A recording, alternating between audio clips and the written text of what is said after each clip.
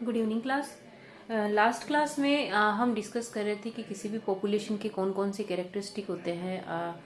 उनमें से जो सबसे इम्पोर्टेंट और जो सबसे पहला था वो था पॉपुलेशन डेंसिटी, जिसको हम डिस्कस कर चुके हैं।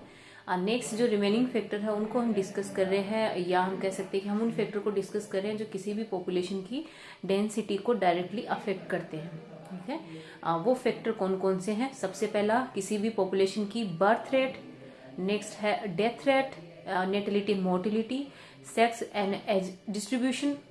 ये हमने पहले भी डिस्कस किया था कि किसी भी पॉपुलेशन के अंदर जो जितने भी इंडिविजुअल है कौन सी एज ग्रुप के हैं, वो इन्फेंट बच्चे हैं, अडल्ट है या बूढ़े हैं, उसके अकॉर्डिंग पॉपुलेशन की जो डेंसिटी है वो उसका फ्यूचर डिसाइड होता है। लाइक अगर किसी पॉपुलेशन के अंदर एजेड लोग ज़्यादा है, बूढ़े लोग ज़्यादा है, तो ऑब्वियस सी बात है फ्यूचर में उसकी जो पॉपुलेशन डेंसिटी है वो कम होगी। और अगर छोटे बच्चे ज़्यादा है तो फ्यूचर में पॉपुलेशन डेंसिटी बढ़ सकती है।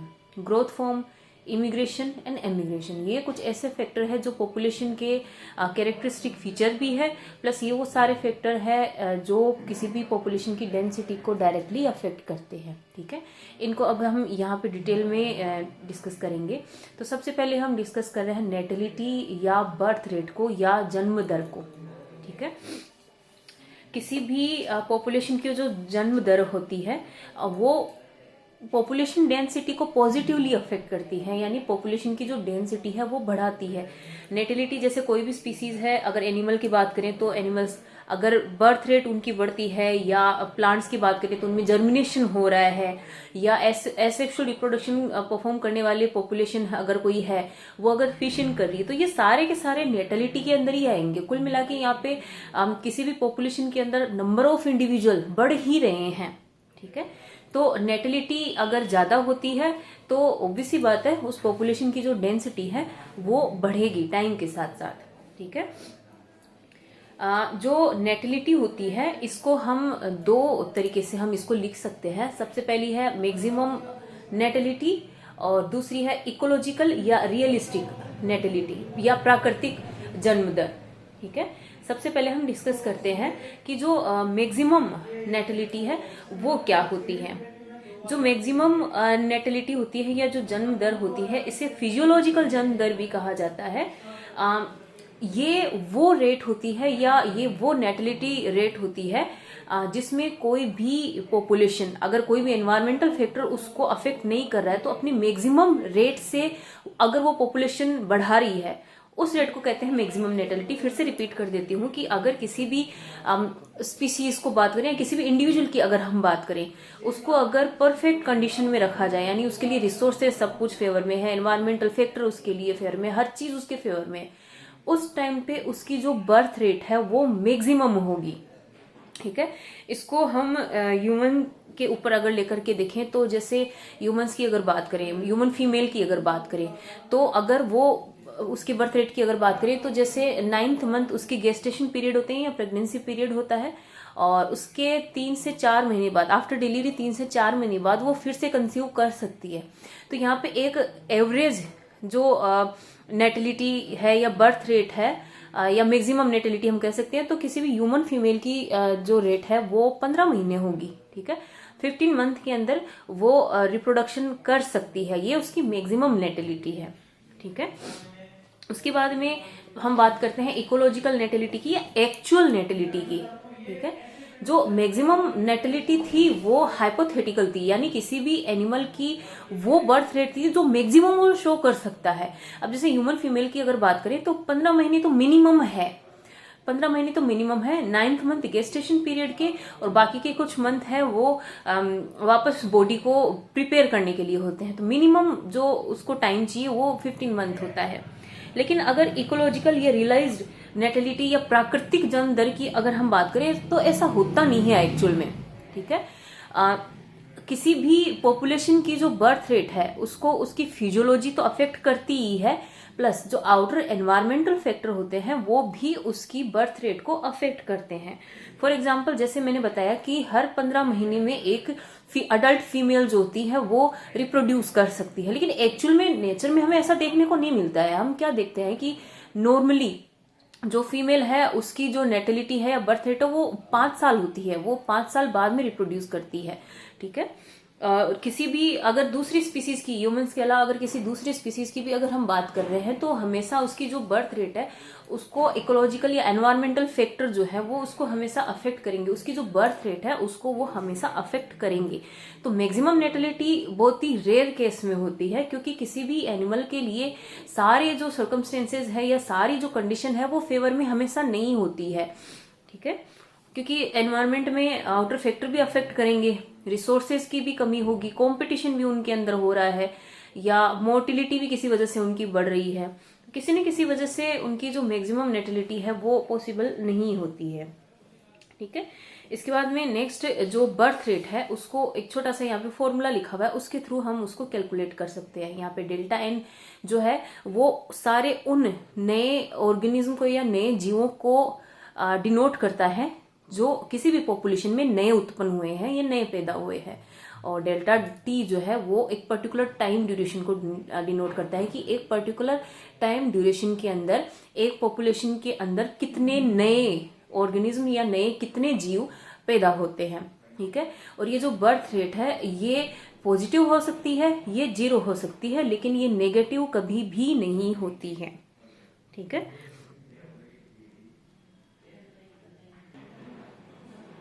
अभी हमने जो डिस्कस किया उसको एक एग्जाम्पल के थ्रू हम यहाँ पे समझ सकते हैं। फॉर एग्जाम्पल अगर हम एक पर्टिकुलर एरिया की बात कर रहे हैं तो वहाँ पे प्रोटोजोन्स हैं, स्टार्टिंग में उसके जो नंबर होते हैं वो होते हैं उस एरिया में 50 वहाँ पे टोटल प्रोटोजोन्स है वो प्रेजेंट रहते हैं। लेकिन अगर 1 घंटे बाद में अगर हम वहाँ पे प्रोटोजोन की नंबर को फिर से काउंट करें तो हम देखते हैं कि अब वहाँ पे टोटल जो प्रोटोजोन्स है वो 50 से 150 हो चुके हैं। तो यहाँ पे जो फॉर्मूला हमने लिखा था उसके अकॉर्डिंग जो बर्थ रेट है वो होगी 100 प्रोटोजोन्स पर आवर। तो यहाँ 1 घंटे के अंदर लगभग 100 प्रोटोजोन्स हैं वो यहाँ पे प्रोड्यूस हो रहे हैं। ठीक है। लेकिन यहाँ पे एक छोटी सी प्रॉब्लम ये है कि ये बर्थ रेट तो जो नॉर्मल बर्थ रेट होती है उसको तो ये बताता है, लेकिन एक पर यूनिट जो टाइम है उसमें पर यूनिट पॉपुलेशन में कितनी ग्रोथ हुई है ये फॉर्मूला से हम कैलकुलेट नहीं कर सकते। जो अभी मैं लिखा है उसको मैं एक फिर एग्जांपल से एक्सप्लेन करती हूँ। फॉर एग्जांपल जैसे एक जगह की अगर बात करें सेम, वहां पे प्रोटोजोन्स जो है वो इनिशियली 500 है और 1 घंटे बाद में अगर हम उनको देखें तो वो 500 से 600 हो चुके हैं। तो यहाँ पे बर्थ रेट की अगर बात करें तो सेम वही आएगी जो पहले वाले एग्जाम्पल में आई थी, यानी 100 प्रोटोजोआ पर आवर्स यहाँ पे हमें देखने को मिलेंगे। ये क्रूड या अशोधित जन्म दर है या क्रूड नेटिलिटी है। इन दोनों एग्जाम्पल्स को अगर हम देखें तो जो बर्थ रेट है वो तो सेम आ रही है, लेकिन अगर हम इनको ध्यान से देखें तो पहले एग्जाम्पल के अंदर 1 घंटे में 50 से 150 हो गई, यानी डबल ट्रिपल हो गए यहाँ पे, जबकि यहाँ पे इनिशियली ही 500 है, पहले से पॉपुलेशन काफी ज्यादा है, फिर भी उस रेट से यहाँ पे ग्रोथ देखने को नहीं मिल रही है जैसी ग्रोथ हम फर्स्ट एग्जाम्पल में देख रहे हैं। लेकिन फिर भी लास्ट में जो रिजल्ट है या लास्ट में जो कंक्लूजन है वो दोनों में सेम ही आ रहा है। तो इस टाइप से जो नेटिलिटी या बर्थ रेट जो हम निकालते हैं उसे क्रूड नेटिलिटी कहते हैं, जो कि जिसका जो भी रिजल्ट या कंक्लूजन हम निकालते हैं वो इतना रियलिस्टिक नहीं होता है। तो हम जो बर्थ रेट निकालते हैं वो हम निकालते हैं स्पेसिफिक नेटिलिटी या विशिष्ट जन्म दर। इसमें हम पर यूनिट टाइम में पर यूनिट पॉपुलेशन में कितनी ग्रोथ हुई है इसको हम कैलकुलेट करते हैं। और इसके लिए फॉर्मूला क्या है, इसको हम कैसे कैलकुलेट करते हैं इसको हम देख। तो यहाँ पे मैंने 2 जो एग्जाम्पल दिए थे प्रोटोजोन के और उनकी जो क्रूड नेटिलिटी निकाली थी, उनकी स्पेसिफिक नेटिलिटी कैसे काउंट करनी है वो मैंने यहाँ पे लिखा है। जो क्रूड नेटिलिटी है उसमें पर टाइम के अंदर कितनी पॉपुलेशन इंक्रीज होती है बस वो था। यहाँ पर यूनिट टाइम में कितनी पर यूनिट पॉपुलेशन इंक्रीज देखने को मिलता है ये यहाँ पे कैलकुलेट किया जाता है। तो ये कैसे किया जाता है, इसका फॉर्मूला है delta N by N delta T. तो यहाँ पे जो डेल्टा टी के साथ में जो एन है वो इनिशियल पॉपुलेशन को डिनोट करता है।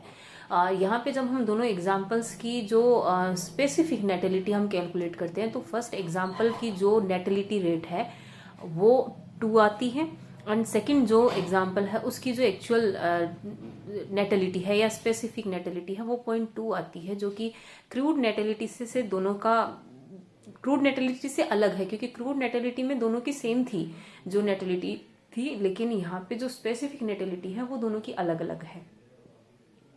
ठीक है, इसके बाद में नेक्स्ट जो टॉपिक हम डिस्कस करने जा रहे हैं वो नेक्स्ट फैक्टर है जो किसी भी पॉपुलेशन की डेंसिटी को डायरेक्टली अफेक्ट करता है, और वो है मोर्टेलिटी या डेथ रेट। ठीक है, और जैसे ये बर्थ रेट के जस्ट अपोजिट होती है। जैसे किसी भी पॉपुलेशन की बर्थ रेट की बात करें तो अगर बर्थ रेट ज़्यादा होती है तो पॉपुलेशन की डेंसिटी बढ़ेगी। यहाँ अपोजिट है मोर्टेलिटी या जो मृत्यु दर है। अगर किसी पॉपुलेशन के अंदर इंडिविजुअल्स की डेथ रेट बढ़ रही है या उनकी डेथ ज़्यादा हो रही है तो ऑब्वियस सी बात है उस पॉपुलेशन की जो डेंसिटी है वो घटेगी। ठीक है,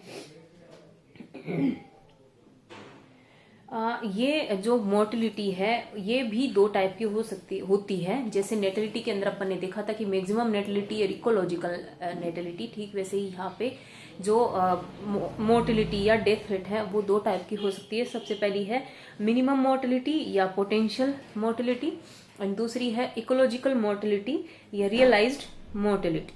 ठीक है, सबसे पहले अगर हम बात करें मिनिमम मोर्टिलिटी की तो किसी भी एनिमल की अगर नेचुरली हम बात करें तो इसका मतलब होता है कि कोई भी एनिमल, किसी भी पॉपुलेशन का कोई भी एनिमल नेचुरली उसकी डेथ कब होती है उसकी मिनिमम मोर्टेलिटी कहते हैं। कि अगर कोई एनिमल की अगर बात करें तो अगर उसकी सारी कंडीशन फेवर में है, उसको कोई कंपटीशन नहीं करना पड़ रहा है, सारे के सारे जो रिसोर्सेज हैं वो सारे अवेलेबल है, और लाइफ मतलब सर्वाइवलशिप के लिए जो जो उसको रिक्वायर्ड है सब कुछ उसको परफेक्टली मिल रहा है, तो वो अपनी कंप्लीट जो लाइफ स्पेन कंप्लीट करेगा। उसके बाद में एज के अकॉर्डिंग उसकी डेथ होगी या नेचुरली उसकी डेथ होगी। तो ये मिनिमम मोर्टिलिटी होती है। अगर इसकी बात करें तो ये बहुत कम होती है, लेकिन अगर हम इकोलॉजिकल मोर्टिलिटी की बात करें तो ऐसा मिनिमम जो मोर्टिलिटी है उससे कहीं ज़्यादा मोर्टिलिटी रेट वो हमें देखने को मिलती है। क्योंकि किसी भी पॉपुलेशन की बात करें तो उसे कई सारे फैक्टर अफेक्ट करते हैं, जैसे रिसोर्सेज, कंपटीशन, या उसके लिए जो भी नेचुरल जो खतरे होते हैं लाइक प्रेडेटर है या पैरासाइट है, सारे के सारे उसके साथ में ही प्रेजेंट होते हैं जो उसकी मोर्टेलिटी को हमेशा बढ़ा ही देते हैं। ठीक है, तो जो इकोलॉजिकल मोर्टिलिटी है उसमें physiological factor plus ecological factor दोनों इन्वॉल्व होते हैं, जबकि मिनिमम मोर्टिलिटी के अंदर सिर्फ फिजिकल फैक्टर इन्वॉल्व होते हैं। इकोलॉजिकल फैक्टर या जो एनवायरमेंटल जो भी फैक्टर्स है वो उसकी डेथ में उसका कोई रोल प्ले नहीं करते हैं। ठीक है, इसके बाद में नेक्स्ट जो इम्पोर्टेंट टॉपिक हम डिस्कस करने जा रहे हैं वो है सर्वाइवलशिप कर्व। किसी भी इसमें हम देखेंगे कि अगर जितने भी पॉपुलेशन है, जितनी भी स्पीसीज, जितनों को हम जानते हैं, उनका अगर उनकी एज के अकॉर्डिंग उनकी मोर्टिलिटी का ग्राफ बनाएं तो वो ग्राफ कैसा बनता है ये हम डिस्कस करेंगे। तो यहाँ पे हमने कई सारे एनिमल्स का एग्जाम्पल लेकर के सर्वाइवलशिप कर्व बनाया है। सर्वाइवलशिप कर्व इस बेसिस पे बनता है कि किसी भी पॉपुलेशन की अगर बात करें तो उसकी एज बढ़ती है तो उसमें सर्वाइवल के चांसेस कितने रहते हैं, किस एज में सर्वाइवल के चांस सबसे ज़्यादा होते हैं, किस एज के अंदर सर्वाइवलशिप के जो चांसेस है वो कम होते हैं, वो सारी इंफॉर्मेशन हमें इस ग्राफ से मिल जाती है। ठीक है, इसमें सबसे पहले हम डिस्कस करते हैं कॉन्वेक्स या उत्तल जो ग्राफ यहाँ पे बनता है, ये आइडियल है। ये जो सर्वाइवलशिप कर्व है, ये जो कर्व बनता है कॉन्वेक्स कर्व, ये आइडियल है। इसका एग्जांपल है ह्यूमंस। इसमें क्या देखने को मिलता है कि बर्थ से लेकर के एक लंबे टाइम तक जो सर्वाइवलशिप है वो कांस्टेंट रहता है, और एक एज के बाद में अचानक से ये डाउन आ जाता है। ये आइडियल है। ये जो कर्व है वो मिनिमम मोर्टेलिटी के अकॉर्डिंग है, जिसमें जो डेथ रेट है उसको सिर्फ फिजियोलॉजिकल फैक्टर ही अफेक्ट कर सकते हैं, यानी खुद की उसकी एज ही उसको अफेक्ट कर सकती है, उसकी रेट को बढ़ा सकती है। अदरवाइज कोई भी इकोलॉजिकल या एनवायरमेंटल जो भी फैक्टर होते हैं वो उसकी मोर्टेलिटी को कोई अफेक्ट नहीं करते हैं। ठीक है, सेकंड अगर हम बात करें तो वो है डायगोनल कर्व या विकर्ण जो कर्व है उसकी अगर हम बात करें तो इसके एग्जाम्पल है ज़्यादातर रेप्टाइल्स, बर्ड्स और मेमल्स। इनमें जो डेथ रेट है वो हर एज ग्रुप में सेम ही रहती है। किसी भी एज की अगर हम बात करें, चाहे हम उनकी एकदम इनिशियल एज की बात करें या लेट एकदम उसकी ओल्ड एज की बात करें, तो पूरे टाइम पे किसी भी एज ग्रुप में उसकी जो डेथ रेट है वो सेम रहती है। ठीक है, उसके बाद में जो थर्ड है या कॉनकेव या अवतल जो कर्व है, उसकी बात करें तो ये जो लोअर कैटेगरी के एनिमल होते हैं लाइक इन्वर्टिब्रेट है, फिशेज है, कुछ इंसेक्ट्स है, एम्फीबियन है, इनकी अगर बात करें तो उनके अंदर ये जो ग्राफ है वो हमें देखने को मिलता है, क्योंकि ये जो एनिमल है इनकी बर्थ रेट, मतलब ये एक बार में बहुत ज्यादा नंबर के अंदर ऑफस्प्रिंग है या संतति है वो प्रोड्यूस करते हैं। और इनिशियली जब वो इतनी ज्यादा संतति या ऑफस्प्रिंग प्रोड्यूस कर रहे हैं तो सबके सर्वाइवलशिप के जो चांसेस होते हैं वो कम होते हैं। तो इनिशियली इतनी ज्यादा बर्थ रेट होने की वजह में इनको में खुद में कंपटीशन होता है, प्लस कई सारे जो प्रेडिटर्स होते हैं वो इनकी तरफ अट्रैक्ट होते हैं। तो इनिशियल जो एज होती है, वो स्टार्टिंग जो एज होती है वो इनके लिए क्रूशियल होती है। उस टाइम पे इनकी जो डेथ रेट होती है वो ज्यादा होती है, और स्टार्टिंग में जो सर्वाइव कर जाते हैं वो एक कांस्टेंट रेट शो करते हैं। तो ये 3 ग्राफ है जो किसी भी पॉपुलेशन के अंदर उसकी मोर्टेलिटी एज के अकॉर्डिंग उसकी जो मोर्टेलिटी है उसको शो करते हैं। ठीक है, नेक्स्ट फैक्टर यहाँ जो हम डिस्कस कर रहे हैं वो है पॉपुलेशन डिस्पर्जल या समष्टि प्रकीर्णन। ठीक है, ये भी एक ऐसा फैक्टर है जो पॉपुलेशन की डेंसिटी को डायरेक्टली अफेक्ट करता है, उसमें डायरेक्टली चेंजेस, बड़े चेंजेस हैं वो ला सकता है। इसे हम जनरली 3 कैटेगरी में डिवाइड करते हैं, इमिग्रेशन या बाहर बहिर्प्रवासन, और दूसरा है इमिग्रेशन अंतः प्रवासन, और तीसरा है माइग्रेशन या जिसे प्रवासन हम बोलते हैं। तो सबसे पहले हम बात करते हैं इमिग्रेशन की। इमिग्रेशन क्या होता है? इमिग्रेशन होता है कि इसमें पॉपुलेशन के कुछ जो मेंबर होते हैं वो उस एरिया को छोड़ करके वहां से चले जाते हैं, और ऐसा होने से उस पॉपुलेशन की जो डेंसिटी है उसमें कमी आएगी, पॉपुलेशन डेंसिटी कम हो जाएगी। ठीक है, अब यहाँ हम डिस्कस कर रहे हैं कि एमिग्रेशन के या पॉपुलेशन के कुछ मेंबर्स के बाहर जाने का क्या रीजन हो सकता है, वो बाहर क्यों जाते हैं। तो सबसे पहला जो कारण होता है वो है कि जो आउटर फैक्टर है या जो एनवायरमेंटल फैक्टर है उनके अंदर कुछ ऐसे चेंजेस आ जाते हैं जिसकी वजह से वहां रहने वाले जो मेंबर्स है वो सर्वाइव करने में उनकी प्रॉब्लम आती है, सर्वाइव नहीं कर पाते हैं। फॉर एग्जाम्पल जैसे टाइम से बारिश ना होना या खाने की कमी हो जाना, जिसकी वजह से वहां के जो मेंबर है वो वहां से चले जाते हैं। ठीक है, इसके अलावा दूसरा रीजन हो सकता है कि एनवायरमेंटल फैक्टर तो फेवर में है, लेकिन रिप्रोडक्शन के रिजल्टेड उनकी पॉपुलेशन इतनी ज्यादा बढ़ गई है कि उनके अंदर खुद में कंपटीशन होने लग गया है, और रिसोर्सेज की जो क्वांटिटी वहां पे अवेलेबल है या जो मात्रा वहां पर उपलब्ध है उससे ज्यादा वहां पे पॉपुलेशन की साइज है वो बढ़ चुकी है। तो उनमें कंपटीशन होगा, और कंपटीशन के अंदर जो वीक मेंबर्स होंगे या जो कमजोर मेंबर्स होंगे वो वहां से चले जाएंगे। और इसका एग्जाम्पल ये है कि जैसे टर्माइट्स की या हनी बी के, अगर हम उनके छाते की अगर हम बात करें तो वहां पे पॉपुलेशन जब हद से ज्यादा बढ़ जाती है तो वहां के कुछ मेंबर है वहां से अलग चले जाते हैं और दूसरी जगह पे अपना नया वहां पे अपना जो छाता है या जो टर्मिटेरियम है वो वहां पे बसाते हैं। तो ये वैसे देखा जाए तो ये पॉजिटिव वे में होता है, ये किसी भी पॉपुलेशन के लिए हार्मफुल या उसके लिए हानिकारक नहीं होता है, क्योंकि अगर वो बाहर नहीं जाएंगे, जैसे अगर वहां पे रिसोर्सेज की कमी है और